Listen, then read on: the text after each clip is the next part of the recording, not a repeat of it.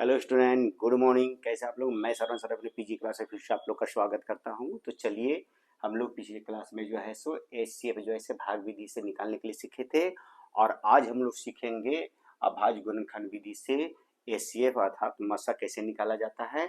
तो चलिए, समय को देखते हुए हम लोग इसको शुरू करते हैं। तो देखिए, 12, 18 और 32 का एचसीएफ हम लोग को निकालना है। तो 12 को और 18 को और 32 को जिस तरह से एलसीएम में हम लोग है सो एक एक करके संख्या को तोड़ते थे, उसी तरह से इसको तोड़ेंगे। तो चलिए तोड़ते हैं इसको। 2 दूनी की 4 तिया, ये कितना हो गया? 12 हो गया। अब इसका पावर बना दीजिए। 2 पर पावर 2 हो गया और ये 3 हो गया। 18 को तोड़ेंगे तो 2 तिया 6 तिरिकी 18 हो गया। तो यहाँ हो गया 2 गुने 3 पर पावर कितना हो गया?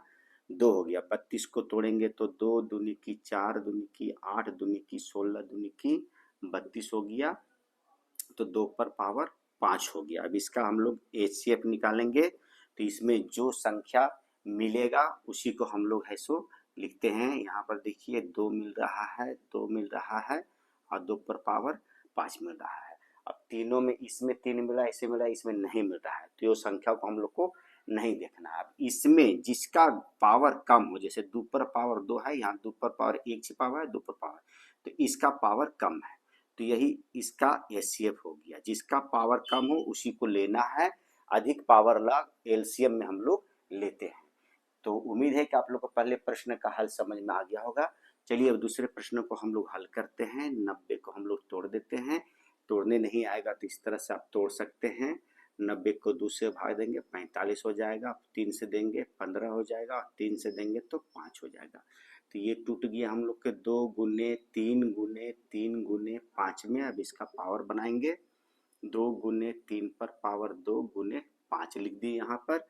अब 60 को तोड़ेंगे तो 60 को ये फिर इसी तरह से तोड़ देंगे हम लोग। 60 को हम लोग तोड़ेंगे तो 30 हो गया, फिर 2 से 15 हो गया, और फिर है सो 3 से 5 हो गया। तो 2 गुने 3 गुने 5 हो गया। इसका पावर बनाएंगे। 2 पर पावर 2 हो गया, 3 हो गया और 5 हो गया। उसी तरह 120 को यदि हम लोग तोड़ते हैं तो 120 को हम लोग निकालते हैं। यहाँ देखिए, यहाँ पर हम लोग 120 को तोड़ रहे हैं। 2 से 60 हो गया, 2 से हम लोग 30 हो गया, 2 से काटेंगे तो 15 बार में कटेगा, और 3 से काटेंगे तो 5 बार में कटेगा। तो 2 गुने 2 गुने 2 गुने 3 गुने 5, तो यहाँ हो जाएगा 2 गुने 2 गुने 2 गुने 3 गुने 5 हो गया। तो यहाँ हो गया 2 पर पावर 3 और 3 हो गया, और ये 5 हो गया। अब देखिए तीनों में क्या मिल रहा है इसमें। तो यहाँ देखिए 2 मिल रहा है, 2 पर पावर 2 मिल रहा है, 2 पर पावर 3 मिल रहा है। उसके बाद देखिए 3 पर पावर 3 मिल रहा है, 3 मिल रहा है, 3 मिल रहा है, 5 भी है, सो सब में मिल जा रहा है। तो जिसका पावर कम होगा उसी को हम लोग उतारेंगे। तो यहाँ 2 है, 2 पर पावर 2 है, 2 पर पावर 3 है, तो 2 का पावर 1 वाला उतारेंगे। उसी तरह 3 का पावर 3 उतारेंगे, और 5 का पावर 5 उतारेंगे।